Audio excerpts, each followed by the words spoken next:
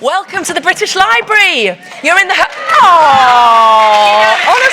I really do. Honestly, the medieval women crowd is a very special crowd, and there's some repeat offenders out there. Seriously, you guys can't get enough. The British Library is the home of words and people who love them, and wonderful things like reading rooms and collections, as well as a fantastic events programme. My name's Bea, I work in the events.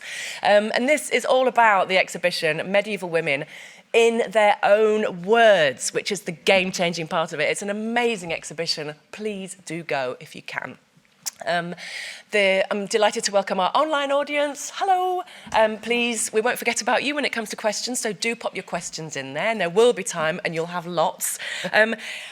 We really have had a spectacular programme, but tonight's a biggie. It's pretty exciting, and I think you all know why. We're welcoming the one and only Janina Ramirez. And I just want to thank you for illuminating the Dark Ages with your incredible powerhouse work to date. And there's more to come. She'll be signing her book later, but there's another book out next July called Legenda, a new history. It's a bit of a long title, this. Hold on.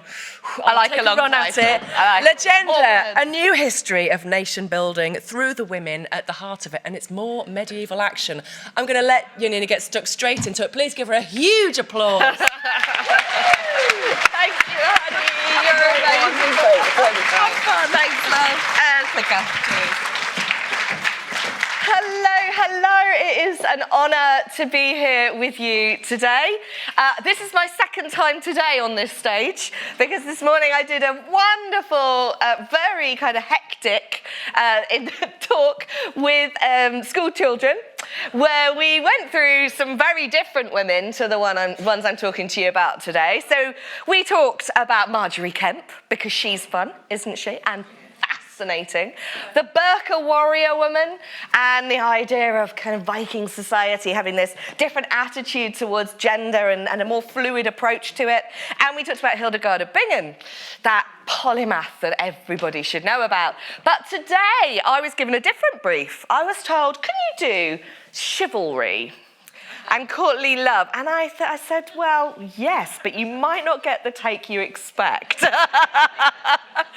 it's a slightly irreverent sideways look at chivalry, but it's also going to walk through some of the ways in which this concept has been pushed against in the medieval period, and how it continues to influence our understanding of the medieval period up to the present day.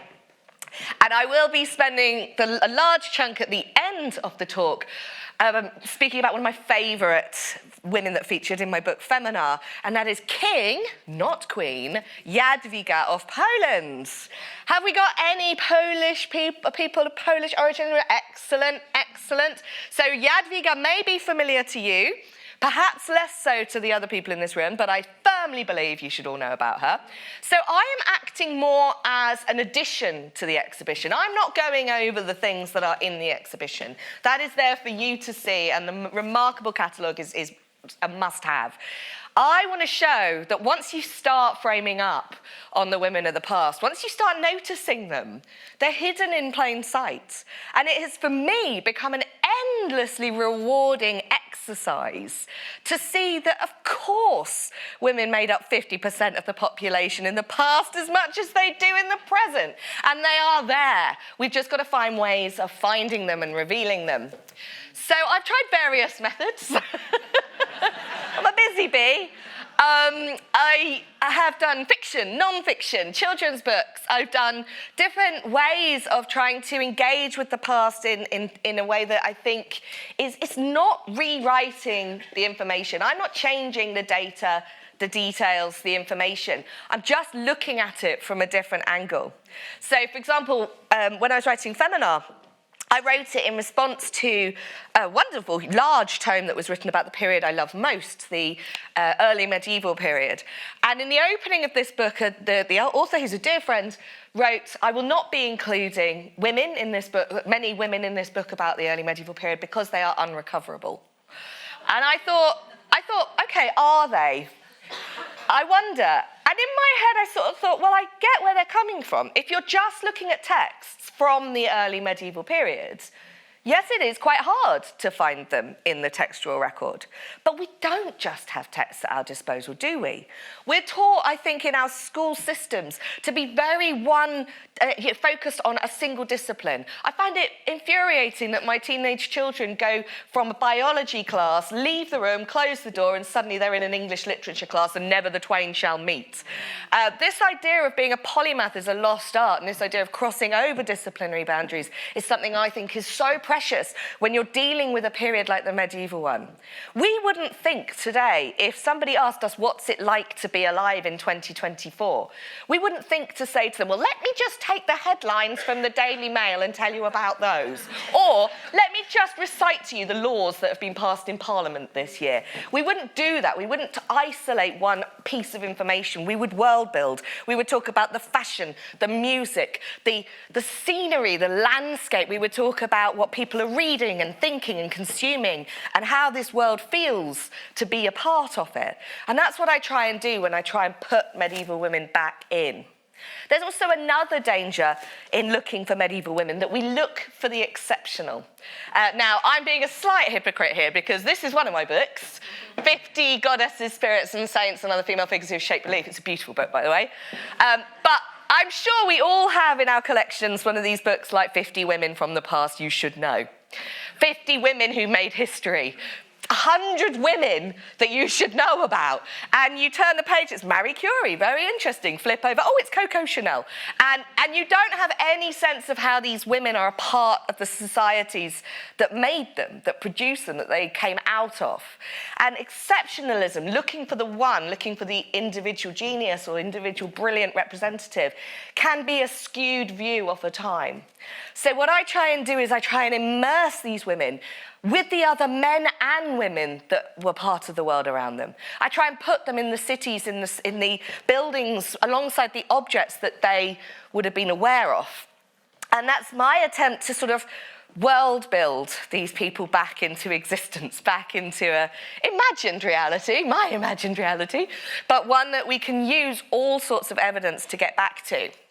So, and what I found in the process, oh, I love it. You're good tonight, guys. You are 10 steps ahead of the shock factor there. I had to read this out before the kids got it this morning. When and why do women's situations change? So I asked them this morning, when I say medieval women, do you think their life, their way of life, was better or worse than, or the same as the ones that we live today? And they all unanimously said worse. And I have to agree, when I started working on medieval women, in my mind, they were having a much harder way of life. And of course, this goes for men and women. We can say we've made developments in healthcare. We have penicillin. We have ways of not letting women die in childbirth. Things that are major improvements that mean that our lives have progressed. But in terms of day-to-day existence, day-to-day standard of life, one of the things that really surprised me when I was examining medieval women was quite how many women did actually break down the gender divide, come close to smashing that glass ceiling. And the more I looked, the more I sort of thought, well, why? Why are there extraordinary polymaths like Hildegard of Bingen, who is outperforming, outstripping all the men of her time? This isn't a binary thing. This isn't men versus women.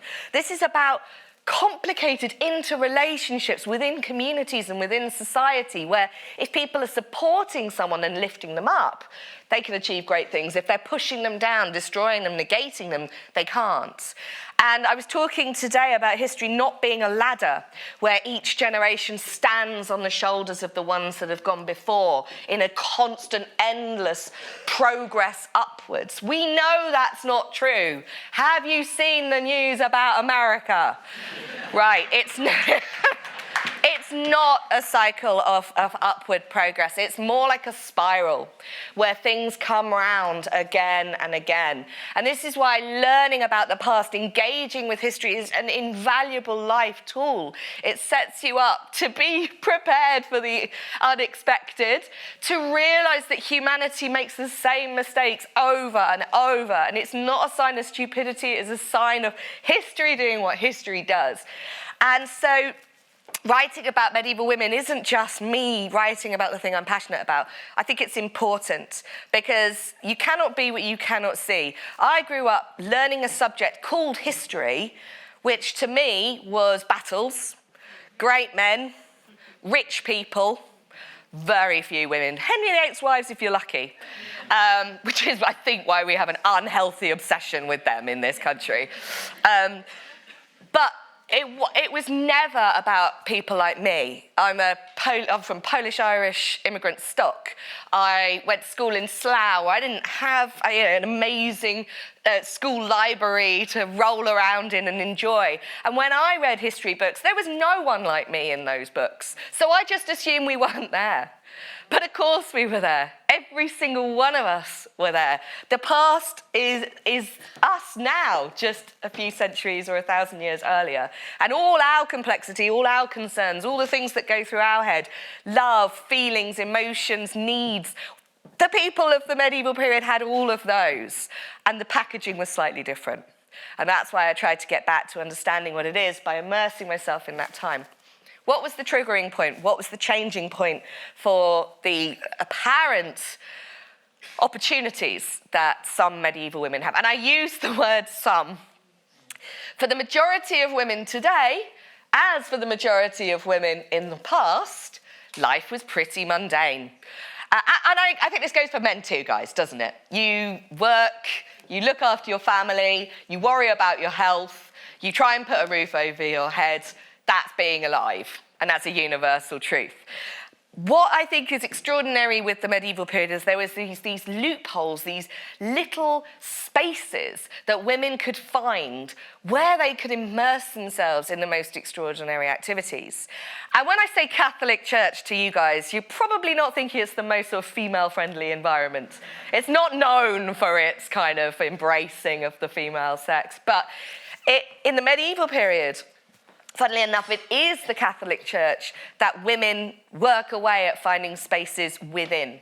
So I start thinking right back to sort of Bertha, the coming of Christianity to the English, Hilda of Whitby, one of my absolute favourites.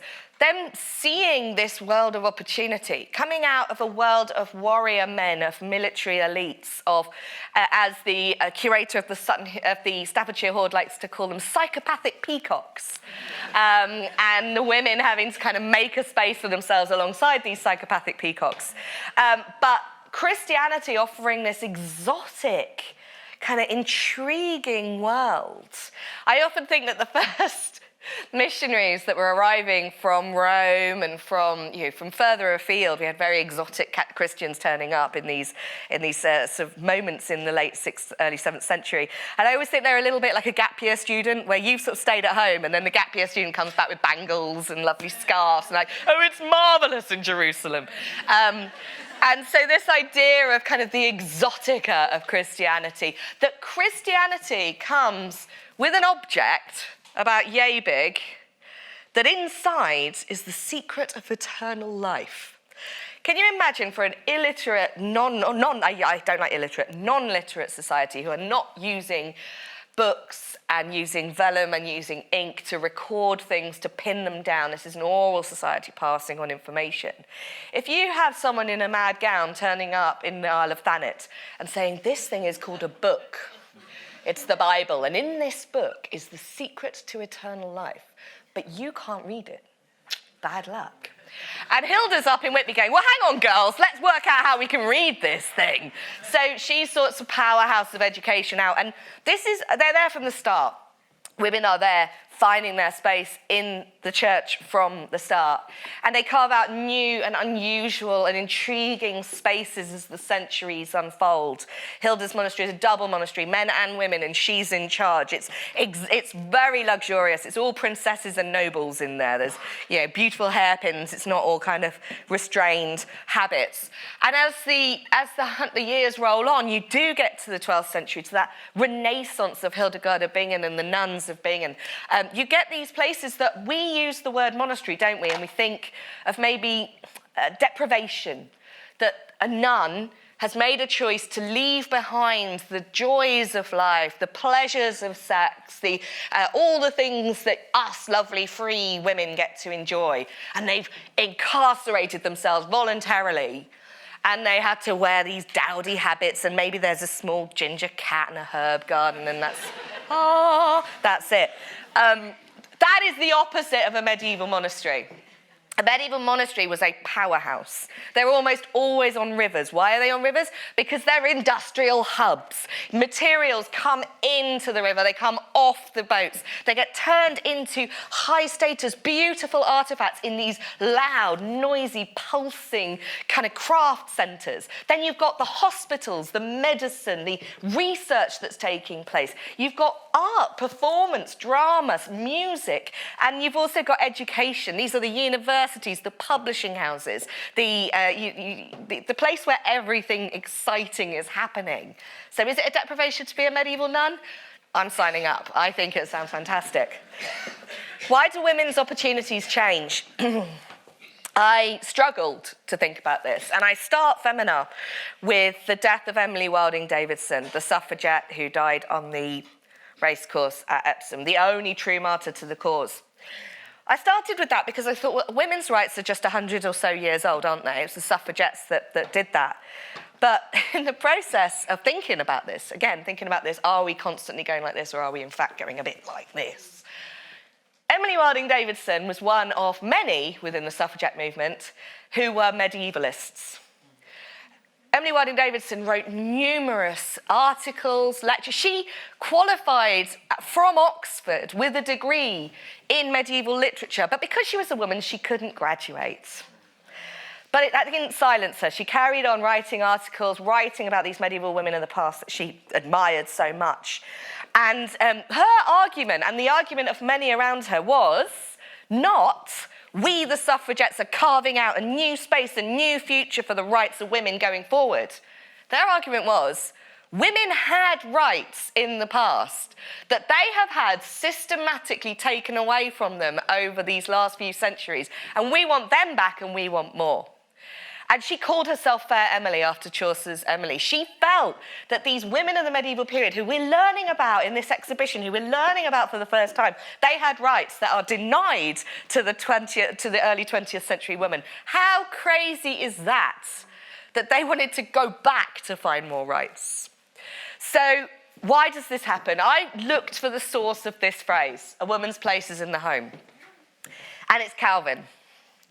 And then I dug a bit deeper. And one of the after effects of the Reformation was that when they closed the monasteries, the male monastics, the monks, were given a couple of options. You can be pensioned off, or you can join the new church system, we'll give you a job, you can carry on. All of the female communities were told one thing, go home and stay home. Some of these women had never even had a home. Some of these women had been active members of female communities since they were children, and yet they were told your space is now the domestic one. That was a sort of a trigger point. And what we see over the next few centuries, if you think of what happens through the 17th, 18th, 19th centuries, is an increasingly hierarchical system of power. This is what I'm writing about in my next book, Nation Building Identity. The role of a handful of powerful men in determining the lives of everyone else, and everyone else subscribing to the actions of a handful of powerful men. Does anything ever change? So I feel that finding these women is more than just an interesting little sideline of research into a period of history. This is fundamental for us challenging the way we've been taught about the past, and fundamental to us understanding our place in the present in relation to what's gone before. Yeah, we're allowed to be angry, all of us. It's not about women and men anymore, guys. This is about everyone that's been oppressed by the few. That's my political statement. Over. Okay, I'm very powerhouse there. God, you got me riled up today, people. Okay, so let's get on to chivalry. Something far more civilized. No. Some of you may know this object. The round table, the great table in the hall in Winchester. A staggering object, and the history behind it is fascinating. It's actually much older than it appears to be. Of course, you can see a Henry VIII there.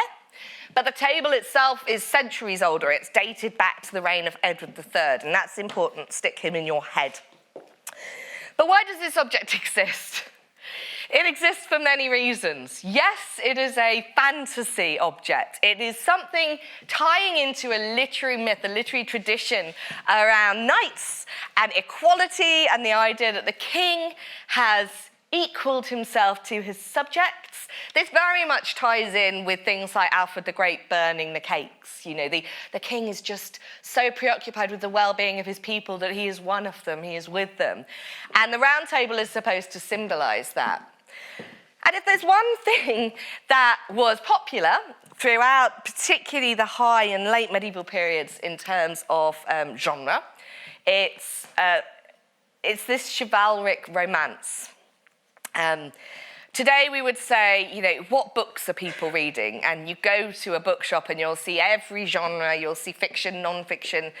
There was much less distribution of written material in the medieval period. And as a result, in order to satisfy demand, the manuscripts that were repeatedly copied, handed over, changed, exchanged were rare, but they were also there. When you see the repetition of a particular type of book, you know how popular it must have been. Remember, when you go to that exhibition, for every one manuscript that you're looking at, there are potentially hundreds of thousands that have been lost. They are the rare survivors, particularly if they're written by women. That's where the title of my book, Feminine, comes from, because it was a tag used in library catalogues to indicate a book written by a woman and therefore not worthy of preserving within a library. So every book you see is an absolute rarity. But at the time of their production, thousands, tens of thousands, hundreds of thousands of them may have been in circulation. And we know purely by survival numbers that romances, Arthurian romances in particular, were really, really popular. It would be like thinking the only book that everyone read in the 2000s was a J.K. Rowling book, because pretty much every library's got a copy. And so if we're thinking about quantity, it suggests popularity. And because there are so many romances that survive, the ideas, the concepts baked into them must mean something to the populations that are reading them, surely, if they're putting out great expense to get a manuscript of a romance. What is it about the Arthurian romances in particular, and the romances of this sort of knightly class that made them so fascinating to readers? Often you'll find the nine worthies represented with sometimes you'll have Arthur included, sometimes you won't, but the three good pagans are Hector, Alexander the Great, and Julius Caesar. The three good Jews are Joshua, David, and Judas Maccabeus, and the three good Christians are Arthur, Charlemagne, and Godfrey of Boulogne. Probably not one of the ones you know very well, but one that will become more relevant as we start going on with this lecture. What is chivalry? What does it mean? Imagine you are born into such a rigid class system that we live in Britain, but scrap that. You are a medieval person and you are being born into a rigid class system. You are born into the upper classes. You probably live in a manor. If you're really lucky, you live in something bigger than a manor, a castle. You might be in a defensive point, maybe on the Welsh marches. You know from the moment you're able to kind of work out your place in the world that you are part of a class, a group who have a job to do within society. And that job is to be a knight. You will most likely be asked to fight, to give your services in arms to the lord of that particular area, potentially through that to the king. And so from a very early age, you will be trained to fight. So very young boys in particular are being handed very powerful weapons, hyped up over the course of their young lives to become killing machines, and then released into the world. That's not worry at all, is it? This hyper-militarized set of young men are potentially dangerous.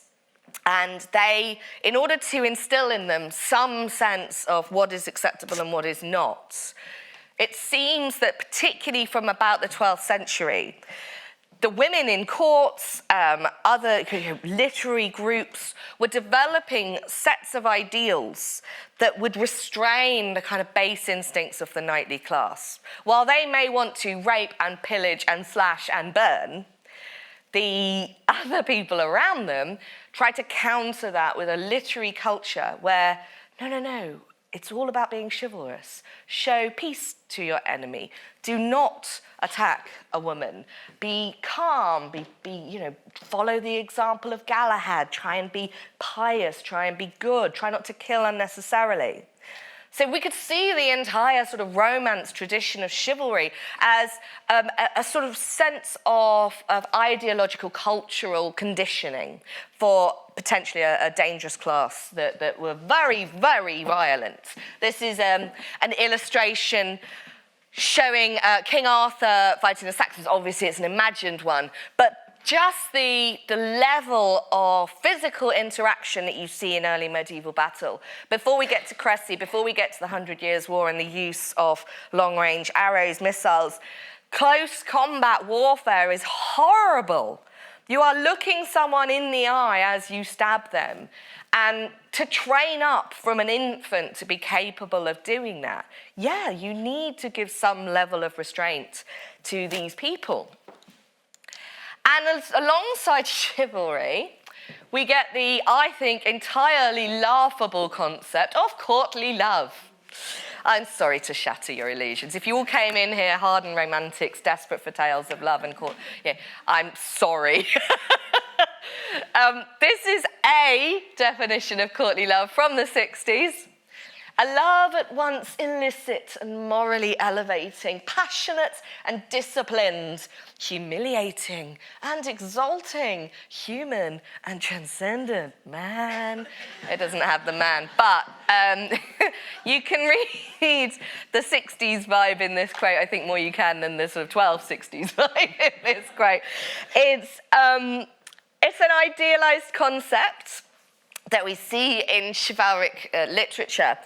So whereas the chivalric code is conditioning the knightly class to show peace in the face of war, to be Christian and humble and not unnecessarily violent, courtly love is sort of brought in as a second caveat to protect female bodies.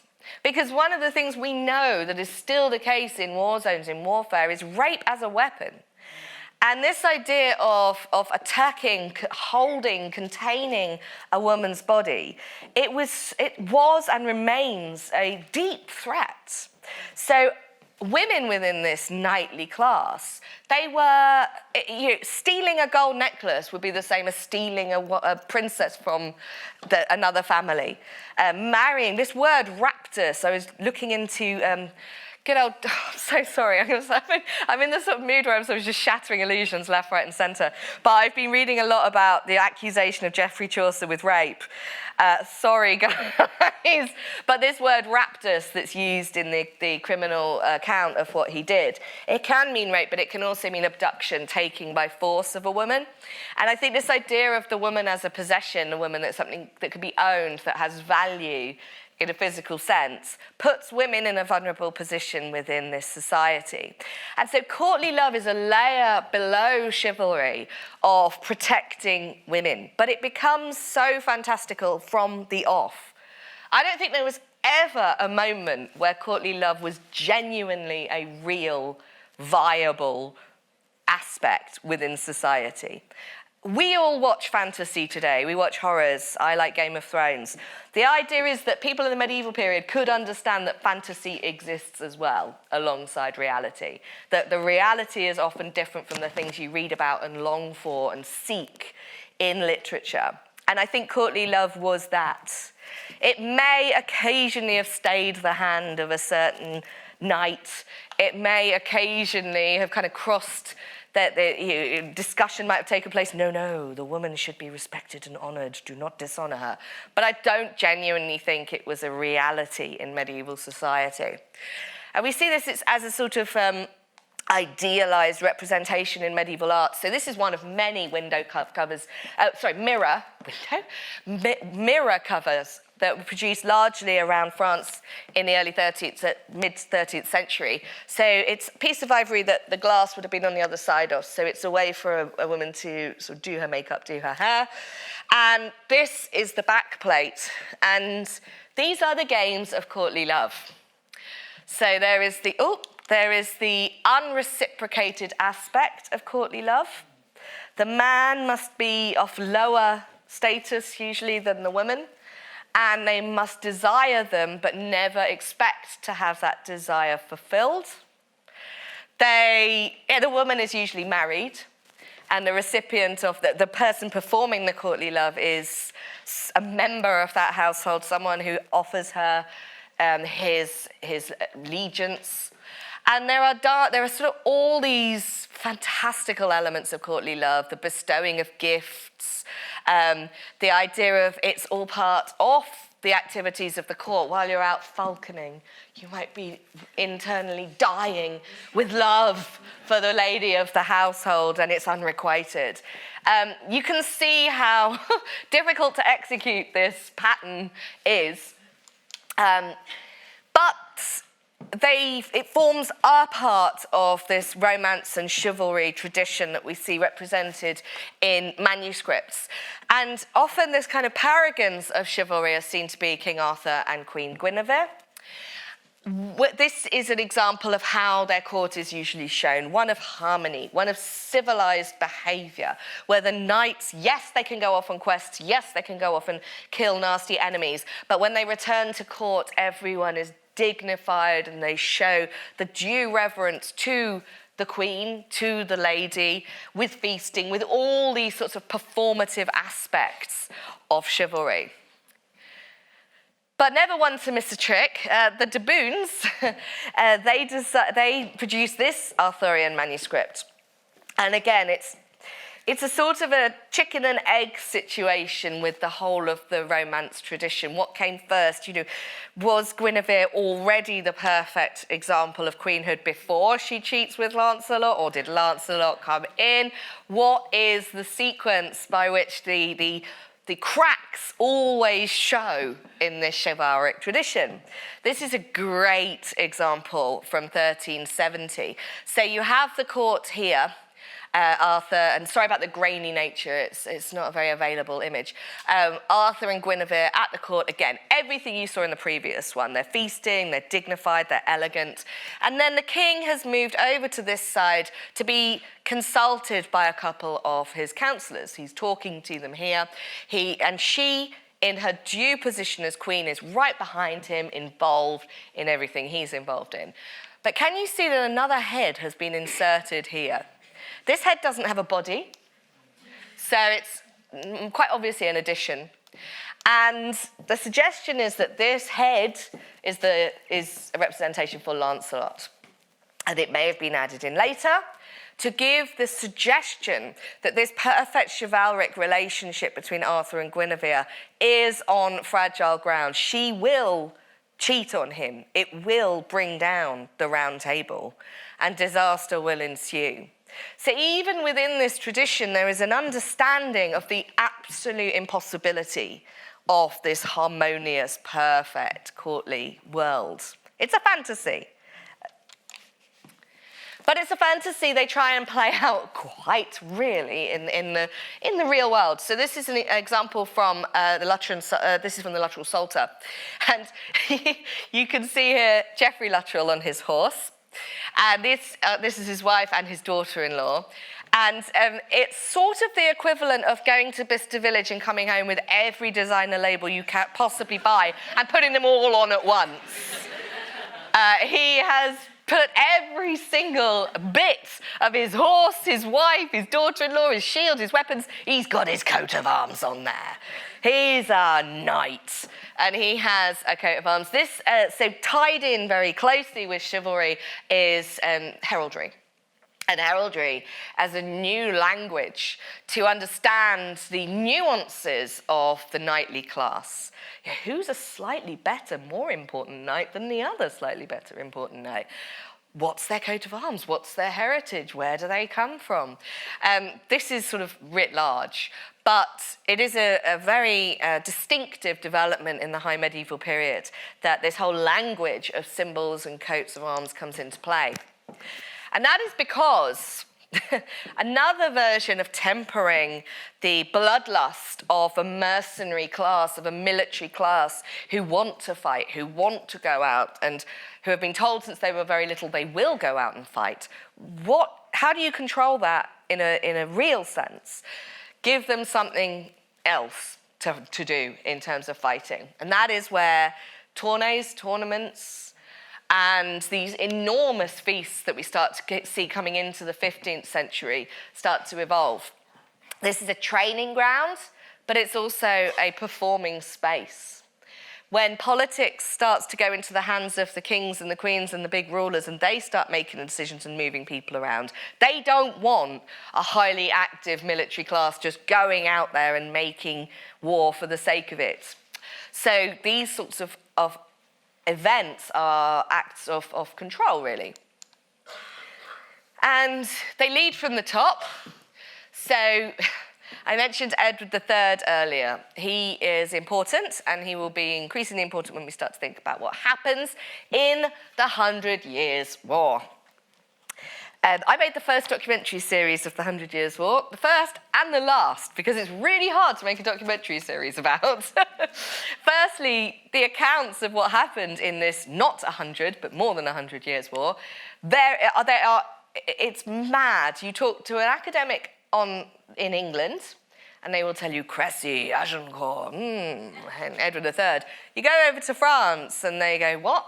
What are those things? I have no idea what you're talking about. No, Joan of Arc, and all the different battles on that side. It's one of the most divisive international set of events. And to me, it's absolutely critical, if you want to understand the medieval period, to understand what happened over the 100 Years' War. Because over those 108 years, we see the evolution of a notion of a nation. Notion of a nation. I should call the book that. This idea of like what it means to be part of a nation, what it means to have loyalty to a king, rather than just the lord that you have your fealty to or the community that you're a part of. The idea that there are geographical boundaries for a country, that's still a modern concept. This idea of an aerial view of a map and going, right, that's Belgium. That's a very modern concept. But with this idea of the 100 Years' War also comes a bitter and long drawn out separation between England and France. And if you know anything about your medieval history, you will know that from 1066, England and France are enmeshed in incredibly complicated ways. Linguistically, we had Old English, now it's penetrated with French. The language of the law courts is French. The courtly tradition is French. The Plantagenets own land and property on one side and on the other. It's the root of so much anxiety that there's this sort of split sensibility in the ruling classes in Western Europe up right until the 100 Years' War. But when you pull away from this, it's painful. So in the course of the 100 Years' War, we get the emergence of English as the vernacular, Middle English. We get the emergence of Chaucer writing literature in English. We get the use of Chancery English in the laws. So suddenly they're writing laws in a version of English. Notions of nations. I like that. I'm going to keep that. And into this world, Edward III strides, one of the longest reigning kings in English history, very canny, very savvy, understands the importance of image. He quarters the coat of arms of England, the three leopards couchant, with the fleur-de-lis of France. Ooh, provocative. And we still live with that coat of arms today. And he is constantly trying to get one up on what the French are doing. So when the French are trying to found the Order of the Star in 1315, this sort of, again, another way of controlling the knightly classes, he forms the Charter, the Order of the Garter, sorry.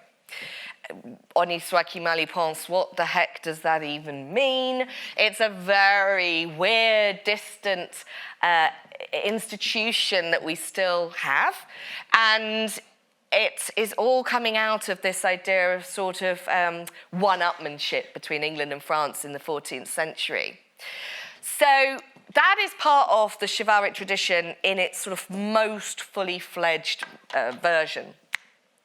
And that is because things get really bloody in the Hundred Years' War. I mentioned the use of projectiles. This is an image from the Battle of Crécy, and accounts from the Battle of Crécy are really very disturbing. They say that because of the weather, because of the fact that the ground was wet, the fact that the French moved forward towards the English forces, I mean, the English were vastly outnumbered, but into this mire, this sort of muddy mess, they sent the first vanguards the best, most highly trained, most valuable knights. And what happened was that as the knights moved forward, the peasants at the back, if you like, was pressing them in further and further, and an entire knightly class was crushed in the soil at Crécy. And what the English did, they didn't send forward their highly trained, very valuable knights. They gave us a longbow to any man that could shoot, and they stood hundreds of feet back and just ploughed arrows into these knights. And the French saw this as the ultimate dishonour. Because if you've trained since you're a child to become someone who in eye-to-eye, hand-to-hand combat can fight on an equal level playing field, it's not fair to then just chuck a bunch of arrows in and wipe them out. So we're all so frightfully proud of our wonderful victory at Crécy. The French are like, oh, you killed our entire knightly class with your arrows. The rules of engagement are changing, and they are going to continue to change, and everything is different from this point onwards, including chivalry, which is, frankly, at this point, an entirely null and void concept. But it doesn't stop them writing about it in their books and enjoying the idea of it as a fantasy. This is a miniature from the Roman de Tristan en Prose, and this shows you the battle for the beautiful giantess. I am not the beautiful giantess, even with my enormous heels. But this idea of the women at the side, sort of, oh no, dear knight, please do win. And they are in their full equipment, fighting it out. This is popular. This is the stuff that people want to read about, think about. In a turbulent and disruptive and dark world, they want the concept that, you know, something higher, something worth fighting for is there. Do any of us feel any different today? And the upper classes feed this desire for romance, for chivalry. So Edward the Black Prince. I'm a resident of Woodstock in Oxfordshire, and we have the Black Prince pub, which is pretty close to where the Black Prince was born. So I'm very much surrounded by this idea of the Black Prince as the paragon of chivalry, the finest knight that ever lived.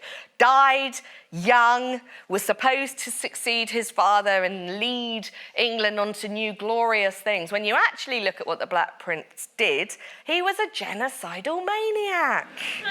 He performed total warfare on France.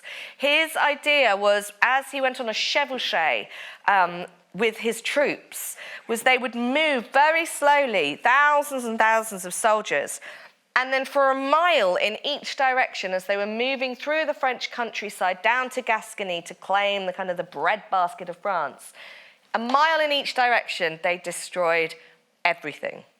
They killed every woman, every child, decimated every village, smashed every millstone. It was not just wipe out what's there, it was wipe it out for perpetuity.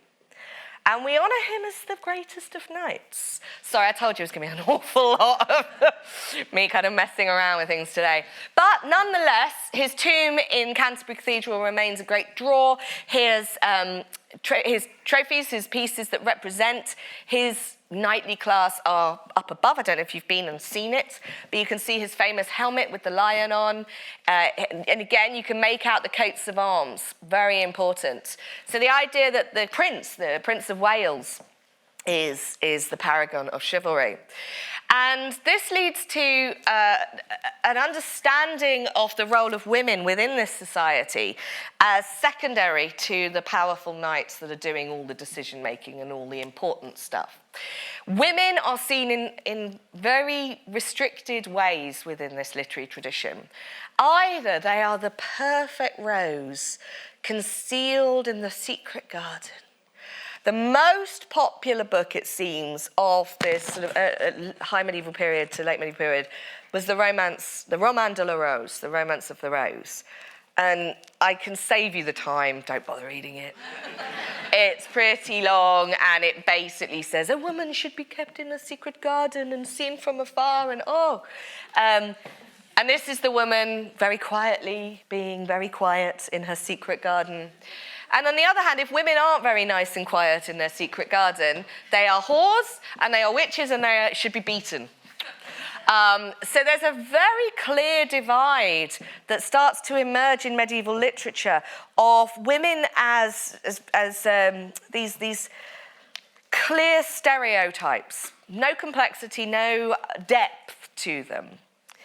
And enter stage left Christine de Pizan, one of my absolute legends of history. So while you have these cliches, these stereotypes that are appearing in popular literature, you have an entire vanguard of male and female writers and scholars who are trying to refute that. And they are writing against the Roman de la Rose. They are saying, let's explore what women have contributed to history. Let's explore what women, their role as saints, their role within the church. So it's a constant conversation. There isn't one line. It's lots of different voices all at the table. And a very loud voice at the table is Christine de Pizan, extraordinary woman, loses her husband quite young, ends up having to provide for her mother and her children through her own hard work, her labor. So she sets up in Paris a publishing house. She's the prime #1 star author, and they have a scriptorium out the back because, of course, this is still the time of handwritten manuscripts, and she produces literature particularly for the court. Here she is giving one of her manuscripts to Isabeau, who was the queen to the Mad King of France, where it all really starts to go a bit wrong for France. But Christine is in this world of such extraordinary change. Her own life is a tragedy. She works so hard. She becomes one of the most important recognized authors of her time. Here she is depicted lecturing to her male contemporaries. She wrote The City of Ladies as a response to what she saw as these kinds of tales, the tales of the wicked wife and the cuckolding wife and the cuckolding woman. So she really tries to explain in her books the many achievements that women have made across time. She could be, I hate using modern terms for medieval figures, but I think she is the closest we have to a medieval feminist. She really was trying to put women's issues to the fore. And this time of huge unrest, the sort of climactic aches of the end of the 100 Years' War. Into this we have women who are subverting expectations, social expectations of how they should behave within the chivalric tradition. Enter stage right, Joan of Arc. Now, I am not going to share a lot on Joan of Arc because that's the entire opening chapter of my next book, which you will all have to buy from all good bookshops. But needless to say, she's deeply misrepresented, deeply misunderstood, horribly appropriated by causes, and that she would have had no affiliation with in the modern age. A very complicated person. I explain in the book that perhaps less of an exception than we might think. It's the old story goes, doesn't it? This peasant girl from Domremy who goes on at 19 to lead an army to victory. She must have come from out of space. There's more to it than that. But just the fact that she exists and rallies the French and gives them inspiration at the point where France is on its knees in the 100 Years' War, it really does turn the tide of history. She is an extraordinary human being. And that was recognised in her lifetime. So Christine de Pizan, this extraordinary life, writing voluminous works, she is uprooted as Paris starts to fall, as Henry V comes in and the court disintegrates in Paris. Her place within that world becomes uncertain. So Christine takes herself off, and the last we hear is she's writing in a convent. But she doesn't produce anything that has survived for a long period of time until she writes one poem, and it seems before she dies. And that one poem is an ode to Joan of Arc. And this is at the point where Joan of Arc is not dead. She is at the heights of her military prowess. And what you hear in this poem is such hope. I mean, obviously it's all going to go wrong. Joan is going to be burnt, and everything that she represented in terms of hope will be gone. But let me just read you, if you don't mind, a few stanzas from this beautiful poem where two of history's most extraordinary women collide in the same world, in the same environment. As the result, indeed, of such a miracle that, if the matter were not so well known and crystal clear in every aspect, nobody would ever believe it. It is a fact well worth remembering that God should nevertheless have wished, and this is the truth, to bestow such great blessings on France through a young virgin. And you, blessed maid, are you to be forgotten, given that God honoured you so much that you untied the rope which held France so tightly bound? Could one ever praise you enough for having bestowed peace on this land humiliated by war? But as for us, we never heard tell of such an extraordinary marvel, for the prowess of all the great men of the past cannot be compared to this woman whose concern it is to cast out our enemies. This is God's doing. It is he who guides her and who has given her a heart greater than that of any man. Therefore, in preference to all the brave men of times past, this woman must wear the crown. For her deeds show clearly enough already that God bestows more courage upon her than upon all those men about whom people speak. And she has not yet accomplished her whole mission. I believe that God bestows her here below so that peace may be brought about through her deeds. She's not hanging back, Christine, is she? How many digs does she get in there for men who perform great deeds? It's extraordinary as a piece of literature to survive, that it captures this moment. And of course, sadly, in this cycle of history, dear Joan, who could have gone on to achieve more, was entirely crushed by the patriarchal society of which she was a part, burnt and destroyed in her youth. But I think that what we're showing here is that the chivalric tradition I began talking about, this sort of crystallized version of what it was to be part of a knightly class, to be part of a ideology that was binding people across nations. People in England would have, if you were born into the knightly class, you would have more in common with members of the knightly class from Germany, from Italy, from Poland, than you would with the peasants working on your own land. It's a sort of overriding social glue binding them together. And it's a fantasy. There she is, looking magnificent. Now, I'm just going to take a few minutes because I do want to go to questions, but I'm sorry, I'm in my stride now. And I want to take you east. Being a Polish heritage myself, I remember going to Poland in the 80s and it very much being part of the Soviet bloc and people talking about Eastern Europe. We still use that term. We shouldn't really use that term. It's not Eastern Europe. It was actually Central Europe for the majority of the medieval period. This is the heart of power here. And very few people bothered to study Polish history in the 14th century. I happen to find it fascinating. But the time that we're talking about, really this is what is possibly the most, or certainly one of the most sophisticated, educated courts in Europe at the time. It's in and around this area at this time that we get the rumblings of what we call democracy today, the first idea of sort of elected rulers to represent the people. But it's very understudied.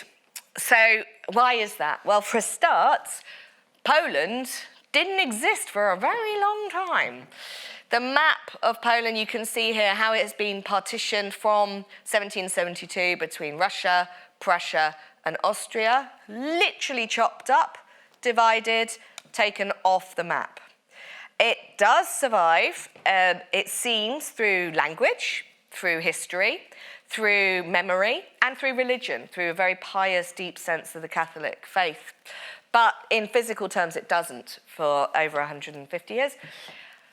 And then, of course, it sort of does exist again, and then it gets split up and handed over again in World War II. Thanks very much for that, the Allies. This is Jadwiga, patron saint of a united Europe. And that's worth remembering. I love this portrait so much, not only because I really need to get one of those dresses for fancy dress, but just because it hangs in the Jagiellonian University in Krakow, one of the oldest universities in the world. And if I tell you that the person who gave all of their wealth, who invested most of their time and their energy and investment into creating Poland's first university, drawing the greatest minds from Prague, drawing them all together, was Jadwiga, and yet she died just before the university was opened, so that her pagan illiterate husband, Jagiello, is now the person after whom the university is named. Is that not a kick in the face for the role of women within history? So her portrait does hang in the university that should have her name, but doesn't, has her husband's. And that annoys me slightly. She is, much as I'm always trying to search for the people who are lesser written about, who are less represented in history, I do think that it's important in her case, although she is a member of the kind of class I try to avoid, the queenly class, she is important because of what I think she tells us about how high a woman's status could get in the medieval period. She's from the most extraordinary lineage. When I was saying a minute ago about, the knightly and courtly class having more in common with each other across Europe than they do with their own, people that live around them, this is how interlinked, interwoven, intermarried that class is. She is also known as Jadwiga of Anjou because she is tied to the Angevin line. So despite being ruler in Poland, she is also this sort of Angevin princess. And you can see the different routes through which she goes back here in the Polish line, the connection through to Casimir the Great, and then the House of Luxembourg. And this is her father, King Louis the Great, very important ruler, King of Poland. And he has these two daughters. He actually has three. But Jadwiga's light was really hidden up until recently. Pope John Paul II, a Pole, he is a serial canonizer. In his life, he converted more saints than all of the previous popes put together. He could not get enough of it. He loved a new saint, but there was one saint he wanted canonized more than any, and that was Jadwiga, because he had gone to university at that famous Jagiellonian University. He had prayed in front of the cross I'm going to show you that Jadwiga prayed in front of. He felt bound to the woman of Wawel, as he calls her. And that moment in 97 where he went in his Pope mobile, looking out, or wandering around in there. Millions turned up in the parks in Krakow that day, and it was a massive moment where a medieval woman was being given the world stage, and I think a very important moment. But why is her story so important? Why am I talking about this in relation to chivalry? Poland, as I mentioned, has a sense of itself that has emerged out of not existing physically on the maps, but understanding itself in terms of its history and its piety and its connection to the land. And Jadwiga becomes, again, separate from a bit like Joan of Arc, separate from the woman we know who lived. She becomes a myth, a legend, a saint. I used to go to my Polish babcia's house, and in order to go to use the bathroom, I had to pass about 20 saints on the way down, and I'd be like... And to me, these icons, these two-dimensional visions of people, they weren't real. They weren't from the earth. They were sort of superheroes, supernatural Marvel figures who, they were ethereal, they were otherworldly. So my first book I wrote was called The Private Lives of Saints, because what I realized was these people we call saints, they were human beings like us. And you could go and stand in the places they stood in and look at the things they stood and looked at. We call them saints, but they were celebrities of their time. They were well-known, well-admired people who then developed this sort of supernatural power as intermediaries between the earthly and the heavenly. But what about them as people? And I tried to do that with Jadwiga because I'd only ever seen her as one of the many icons I'd sort of raced past on the way to the loo. In her mythology, in her legend, she is the perfect representation of a Polish woman who would give everything for her nation. Now, for a start, before she became King of Poland, she'd never actually been to Poland, but we'll park that. From a very young age, when she was a young child, she was given, I think when she was about 5 or 6, she was bound in matrimony to William of Austria, and grew up in the extraordinarily sophisticated court alongside him in Austria. She spoke, we think, maybe upwards of 7 languages fluently, highly educated, highly kind of cultured young woman, and told from that very young age, this is the guy you will marry. They, in fact, these 2 sort of toddlers were pushed into a massive cathedral in front of all of the good and the great of Europe and declared married. And at the point where Jadwiga would turn 12 and they could consummate it, they would legally be king and queen, husband and wife. And the world she grew up in was a complicated one.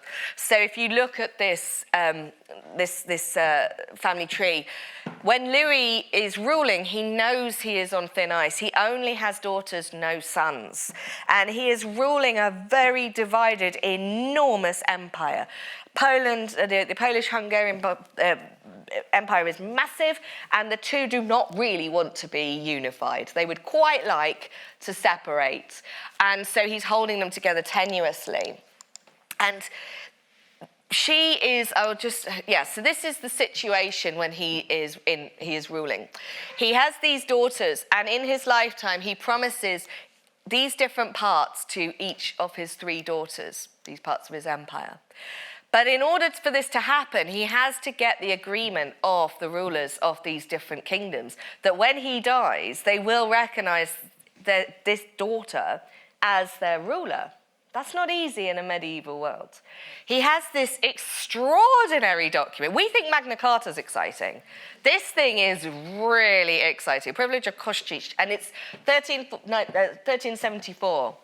In this document, he grants to the people of Poland the sorts of rights that were extraordinary for the time if they accept his daughter as king. Not queen, Rex, not Regina. This is a loophole that he has found, that they have found. Because Poland cannot have a female ruler. They have to have a king, a Rex. So therefore, they will accept the daughter as king. And those 2 daughters that survived, Mary and Jadwiga, are the only women in Western Europe to ever hold that title in the medieval world of king, not queen. That's cool. That's cool. And in this document, he is granting them anything and everything that they could possibly wish for if they accept this daughter as king. He is saying, you don't have to look after us if we come on our progress. Don't feed me. I'm fine. I'll find something in the fridge. He's like, don't worry about looking after bridges. I'll take care of that too. You don't need to do anything. Just please, will you make Jadwiga king? And he dies, and it becomes very messy because his wife Elizabeth is a remarkable game player. But she stays in Hungary, she likes the court in Buda, and this is the first daughter, the oldest daughter Mary. Playing politics, her mother is sort of holed up in her court, picking and choosing who she wants as partners to these all-powerful female kings. So she marries off Mary to Sigismund of Luxembourg, who at the time was one of the most powerful men in Europe. And the idea was that she would remain king of Hungary, while Jadwiga would be king of Poland. But things go very rapidly downhill for Mary very quickly. There's one gameplay too many. The mother makes one too many potential romantic connections with France, with different courts. And Sigismund ends up having to rescue them from it being imprisoned. And ultimately, Mary, becomes a kind of prisoner to her husband, who takes on all her land, all her power, all her wealth, and rules how he wants. And as is the case with so many medieval women, she dies in childbirth, but as still very young and entirely deprived of any agency and power. Very sad. That is not the case for Jadwiga. Things work out differently for her. And this is partly down to that privilege of Kościuszko, this idea that the Polish nobility, the Polish middle classes, the sort of intelligentsia, the bourgeoisie, they were very ahead of their time in Europe and doing things legally, doing things bureaucratically that no one else was doing. When they signed that, they recognised it. Okay, she will rule, but she'll rule with our advice and she will rule as king. And they stood by that, and they stood by her. So she turns up, this 12-year-old bride, again, decided through the machinations of her mother. She doesn't know anyone. She doesn't know the language particularly. She certainly doesn't know the city of Kraków. And I whizzed past it, but this is the Kraków she would have come into. A Kraków that was under great change, been attacked by the Mughals, destroyed and rebuilt on the same blueprint, but a city that would have been staggering, like going up like Dubai at high speed. You've got the great Tower of St. Mary's going up, the huge Rynek, the town hall, all going up simultaneously. This is an active, exciting, busy city that she finds herself in. And so she arrives, but of course, there's an issue, isn't there? Because she is technically married to William of Austria, and she knows that. So the story goes that, yep, they're very happy, she can come, she's all alone, a 12-year-old, but she very quickly develops a court around her. What's going to happen? Is it going to go the same way as Mary? Is she going to be married to a power-hungry kind of ruler from Europe? And will the Polish people have to concede all their hard-won rights to whoever this new ruler is? Do they want William? Do they not? He feels he is still her fiancé, they are engaged, they are married legally. So in the drama that Matejko, the famous court painter of Poland, he depicts it in those images I showed you before, so I'm going back and forth a bit here. These famous paintings are two, and Matejko does a series as well, of what happens at this critical moment. She has pledged her oath, look how gorgeous she looks there. And this is the Giersen version of a very famous moment. Queen, they calling her queen, it's a linguistic thing, but Jadwiga and Dmitri of Gorai. You can see her there with an axe. You can see her tiny woman standing up to this enormous man. And if I go forward again, you'll see a later version here. This is the Matejko one, same with Dmitri of Gorai. What is happening in this scene, and why is it so famous, and why does it so get reproduced? Jadwiga is trying to break down the door to get to her Austrian fiancé. She feels they should consummate their marriage, and she wishes to choose him, the man that she was betrothed to from when she was a child. Dmitri of Gorai stands there as representing the kind of the old nobility of Poland. Don't do this, standing in her way. And what happens? She doesn't leave the room. And what the privilege of Kościuszko also said was that the Polish nobles would choose who they wanted their king, Jadwiga, to marry. And they chose a much older, as much as 30 years older than her, military ruler from, turn away from Hungary, over in the other direction. The last sort of area of Europe that hadn't been Christianized. And this is where Jagiello comes into the story. He was a politically sound choice for the people of Kraków, but he was not the man that Jadwiga loved. And what this story goes into the mythology and gets interpreted as is that she didn't choose love, she didn't choose romance, she chose duty, she chose Poland. And lo and behold, you know, through her marriage, she does bring about the conversion of the last pagans of Europe. She achieves so much, and they actually rule very well together. She was an incredible diplomat, and these objects all survive from her lifetime. I mentioned the huge crucifix that hangs in Wawel. This is, in the cathedral rather, this is an example of this mystic type with the personal piety. So we know that she was very pious, that she, isn't that strange to sit in the same place that she did and look at the same object that she had brought over from Italy. A traveller like her, you know, it's not native to Kraków and yet it's been there for centuries. This wonderful rationale that's still used by the bishops of Kraków with her name and her father's name emblazoned on the chest of the Bishop of Kraków saying, "I've arrived, Jadwiga is part of this world." And lovely little objects like this that we know have her name on it that she commissioned. This is a wealthy, sophisticated, educated court. And I am going to wrap up in just a minute for questions, sorry. But this is what ties it all together. This and one other object. This is a casket we think that belonged to Jadwiga. When I talk about connecting with women from the past, I can tell you the 2D version of Jadwiga, or I can take you into the streets of Kraków. I can put these objects in front of you and say, she owned this, she looked upon this. This is the real Jadwiga, not the icon of her. And this is our ivory casket made probably in France, covered with scenes from medieval romance. So on the top, you hear at the front, you have the castle of love being assaulted.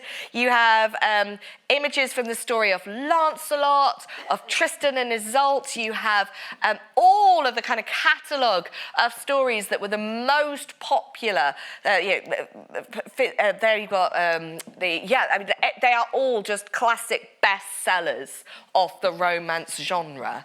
She's taken all the front covers of her favourite romances and had them stuffed on her makeup box. I mean, this is her world that she loves. And that's not the only example of her absolute love for this fantastical romantic tradition. This is her handbag. We all know how personal a handbag is, what's inside it and also what's on the outside of it. This is amazing because I kind of, when I found this, I was like, that's really exciting. She owned this, she used it. We know she gave alms, she gave out money to the poor from this bag. There on her hip, amazing. And it's very, very understudied. It's made of English work and it's got all these wonderful stitching techniques. What the heck is going on with the imagery? Well, on one side, you seem to have a man pulling at this other character, while another man looks out from up here. And a woman in very beautiful courtly dress is pulling this person back. And on this side, the same woman is there, but she's being led up a hill by a monk, and another individual behind is reading something as they walk. What do these images mean? I did a bit of deep digging, and these scenes are both from the romance of Tristan and Isolde. Okay, really weird romance. Funnily enough, taking place in Cornwall. Fashionable in Kraków. The story goes that Isolde is going to be married to King Mark of Cornwall, and Tristan, the most important knight of the time, is given the opportunity to take her to Mark. But on the way, they both consume a love potion. Damn it. So Tristan and Isolde fall for one another deeply, and then they conduct this love affair under the nose of their ruler, under the nose of King Mark. So it's courtly love gone wrong because they followed through with this, and the results of what that leads to. This is a scene that's very rarely included in popular versions of Tristan and Isolde, but I found a version in the Bodleian Library. And this is a section of the book, an addition to the traditional version of Tristan and Isolde, which is called The Folly, the Madness of Tristan. And this is a longer story where he's trying to get into Tintagel Castle to see Isolde. He's desperate for her. And King Mark is there. So the only way he can think of to get into the castle and get to his lover is to feign that he's a madman and to get the attention of the king by being crazy in his behaviour outside the castle so that the king will go, oh, he looks interesting, bring him in. Different times. And this is a section of when Tristan is behaving mad. It's in originally in French, but I'm going to read it quickly in English. They shouted as if at a wolf. Look at the madman! Grr, grr. The boys and squires began pelting him with sticks, thronging after him through the court as if mad themselves. He turned on them a number of times to see one or another attacking him. The king saw him right away. And that is what I think this scene is. There is King Mark, and he sees Tristan with his sword, going crazy. And Isolde is there trying to kind of calm the whole situation down. This is on one side of her handbag. On the other side of her handbag is a scene that happens right at the end of the romance, when everything has gone wrong. Isolde has left the court. She's hiding in the woods with Tristan. They are miserable. They are so sad. Following her love, following her desire has led to the destruction of her court, of her position as queen. And here you can see her being led away from the woods by a monk. And in the hands of this individual behind, I think, is the letter that King Mark wrote at the end of Tristan and Isolde, where he says, I will forgive you, come back and do your duty. So on this object, you have the chaos of love, of chivalry, of romance, of courtly behaviour, where all this fantasy hangs by a thread and can become unravelled. The world turned upside down. And on this side, the consequence of that, of following that mad chaos and the importance of duty. And remember what Jadwiga did. She gave up the man that she loved. She married Jagiello for duty. Sometimes it works out this way, that a woman from the past emerges as three-dimensionally as you would ever hope. And with her, she really does.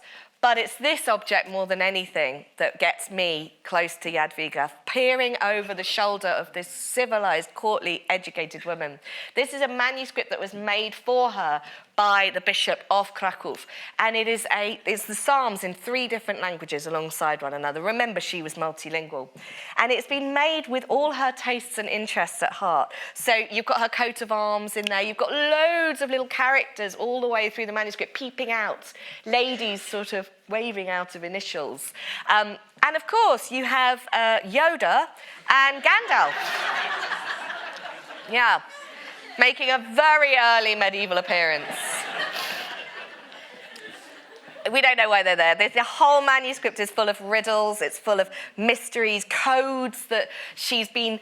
this is her mate creating something beautiful and interesting for her, something that will kind of get those brain cells tingling and get her making connections. It's funny, it's beautiful, and when I sit in front of a manuscript like this, as I feel in the exhibition here at the British Library, when you are in the presence of a manuscript that a woman owned, handled, touched with their fingertips, you are looking over their shoulder and time collapses. I love being the detective that I am and searching for medieval women, but there are as many women out there to be discovered as potential people to discover them. The opportunities are endless, and we are starting an exciting new journey. I'm so glad you're all on this journey with me. Thank you all so much for listening to me.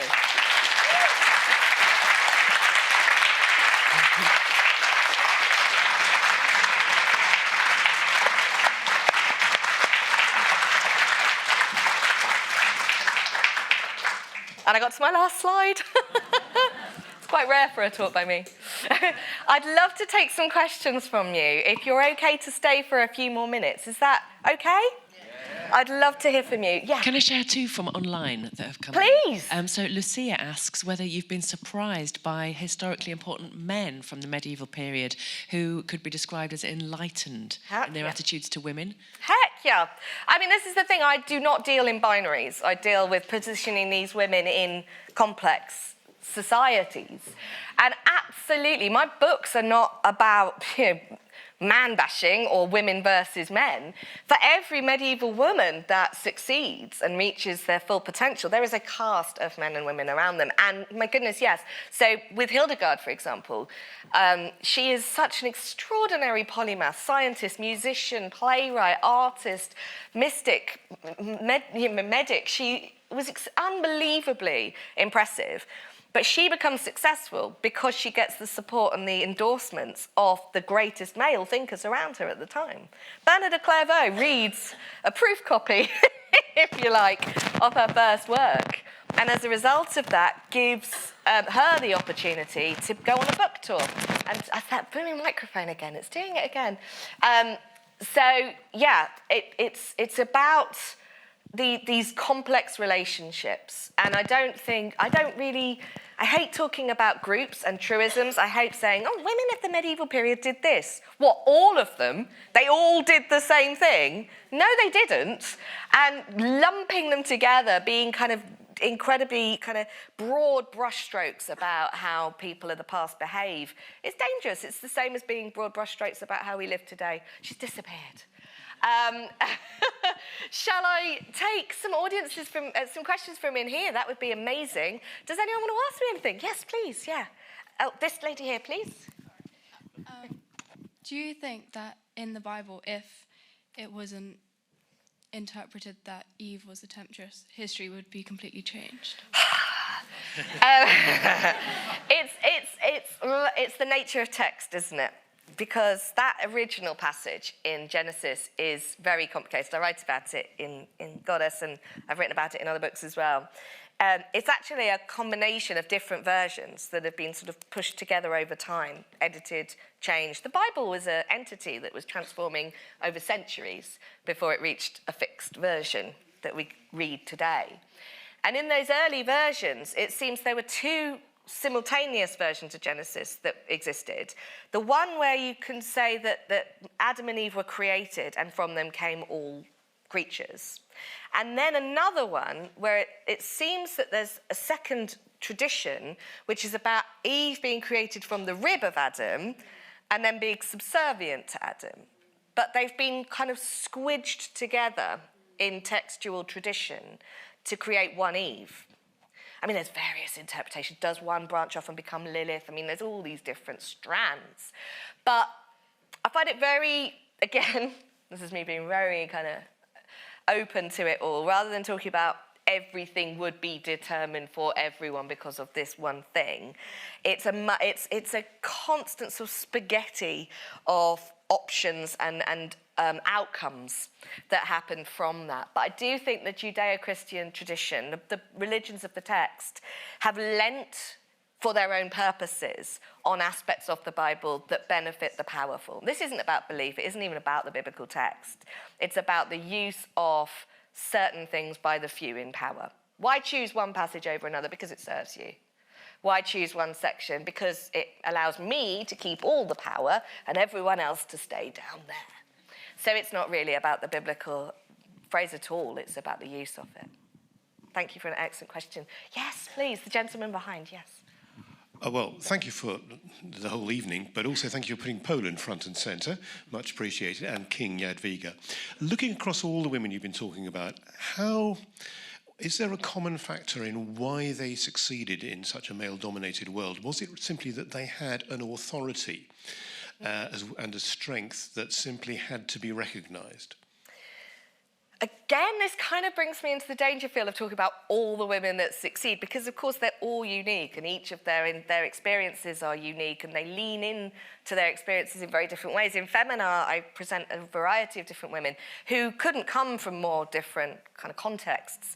If we think about Marjorie Kent's success, the reason she, if we can call it success, is she was a bit whoa. She was an influencer. She was ready to kind of go roll with the punches. Others are born into it. You know, if you're thinking about the role of someone like Athelflaed, she's born into this warfare and has to carve out space for herself. So I'd say each one is unique.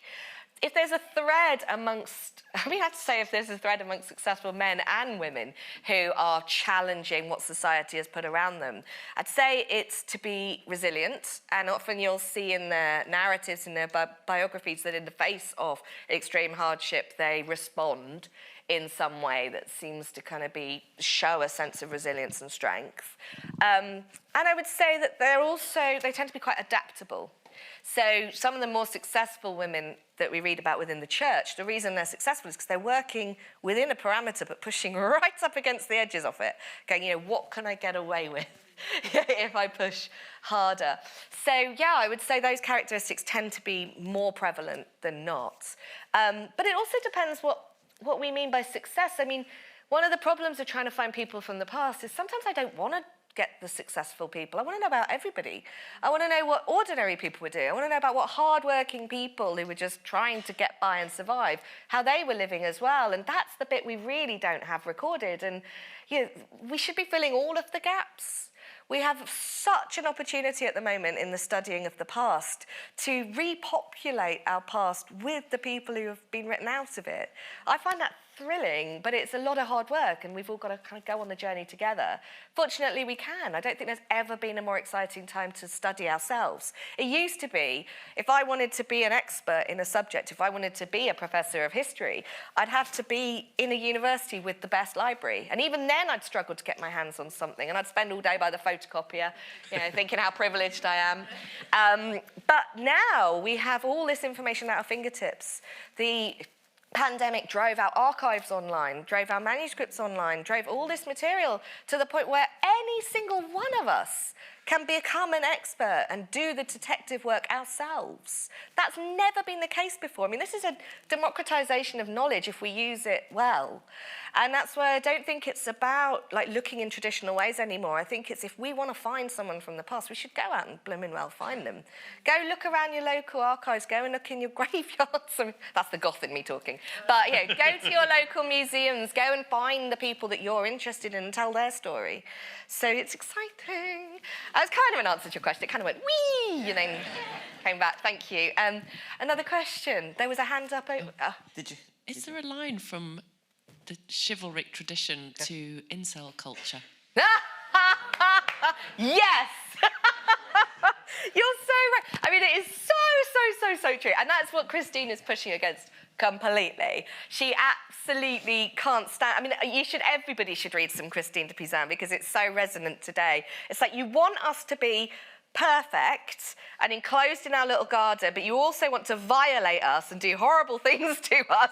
And you also kind of, if we're not perfect, because obviously no one is, then we must be a whore or a bitch or somebody that is outside of society. So she is responding in exactly the same way that I think women do to incel culture today, and still feel that they have to they can't be everything. They can't be perfect. And I hate that. I hate that we're having this conversation in 2024, that we have these expectations on the basis of what we consider to be womanly. Ladylike, the title of the talk. What is ladylike?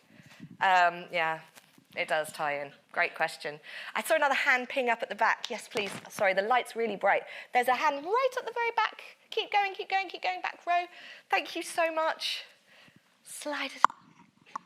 And I mean, I don't know, I'm being naughty as usual and overrunning. Thanks very much. I just wanted to ask really quickly, you talked about the popularity of the romance genre and chivalry love amongst the kind of very upper class. Is there any sense of its popularity further down the ranks at all? Excellent question. And yes, always slightly harder to deal with when you're trying to break into that relationship between the oral tradition and the literary tradition. So even today, if you think about a survival of material, if you write something down in a book and put it in a library, there's a chance that version will survive. But what about music? What about performance, theatre? We will tend to lose those things. They're much harder to record across time. Notation, sure, but what about the way it sounds, the way it's supposed to feel? And that's, I think, the case with romance, because we know from the huge number of romances that survive that they were obviously widely popular because people bothered to write them down. But I think there is a layer below that, which is that those stories would have been universally known, performed in the streets, they would have been sung in bars, they would have been recycled in nursery stories, and they would have absolutely been part of this oral living tradition. And I think also because there are different standards of manuscripts of romances that survive, some very high-level, quite prestigious manuscripts, and then some very kind of scrappy, leftover bits of vellum scribbled down a nice romance about Lancelot. So I think that there was a broad market, and I think people from different backgrounds were interested in buying into this. So I love it. I love the idea that they all know it's nonsense. They read about this court of lovely, well-behaved knights kind of wandering around going, yes, my lord, I'm looking for a grail. I will never touch a woman. And they know it's nonsense. And they are leaning into this sort of fantastical world of storytelling because it pleases them, because it gives them escapism, because it gives them an alternative to their daily life, which we all still want today. I'm sure many of us might go home tonight and put on a fantasy film or a horror film or a sci-fi film, because we all seek that same escapism, and that's how I see the romance and the chivalric tradition in medieval literature. Sorry, bubbles burst well and truly. Wonderful. Do I have time for one more question? Does anyone want to ask me one more question? Yes, that hand went up so enthusiastically, it's got to be you. The microphone's just coming down. Thank you. Oh, I'm kind of sad I have to leave you all. This has been lovely. Hi. Hi. I know speculation is bad. Yep. Speculation is bad and we cannot revise history or, make things up. But it struck me when you were talking about Jadwiga that she came from a family of 2 daughters. And I was wondering to what extent you would say that things went wrong for the Empress Matilda by being the by being the alive sister of a dead brother. Because obviously kind of similar machinations were made to try and get her in power, but it all went pear-shaped. Pear-shaped is Stephen got in the way. But yeah. Yeah, it was lovely to see you, by the way. I think the idea that it's circumstance plays such a huge role, and luck, and the wheel of fortune. That's what studying history is. It's kind of all these things that seem patterned and predictable, and then the extraordinary happens. And Matilda is an excellent example. I mean, God, how close we were there. But in terms of Jadwiga, she was one of 3 originally, but then one dies, and so it's her and Mary. But what I find so tragic, here we go. So one of them was, the first Catherine was lost. So Jadwiga becomes king of Poland when she's still just a teenager. She marries Jagiello, and in a very short period of time, she achieves the unimaginable. Not only does she just delay one of the biggest bloodsheds of European history, which is the war that will take place with the Templars, the Knights Templar, and decimate Europe, she, through her diplomacy and her military leadership, keeps that annihilation at bay through her lifetime. She negotiates the first university in Poland. She leads from the front in diplomatic missions, in military missions. She creates a court and a culture that is so sophisticated it will lead the way legally, scientifically, culturally for centuries.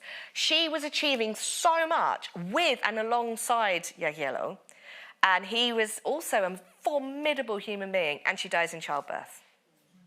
And she has said, there is this sense, I see it with so many women, Athelflaed of the Lady of the Mercians it's recorded of her saying it, I don't want to have children because I could die. And yet that is the caveat. So Jadwiga seems to keep it as late as she possibly can to give Jagiello an heir.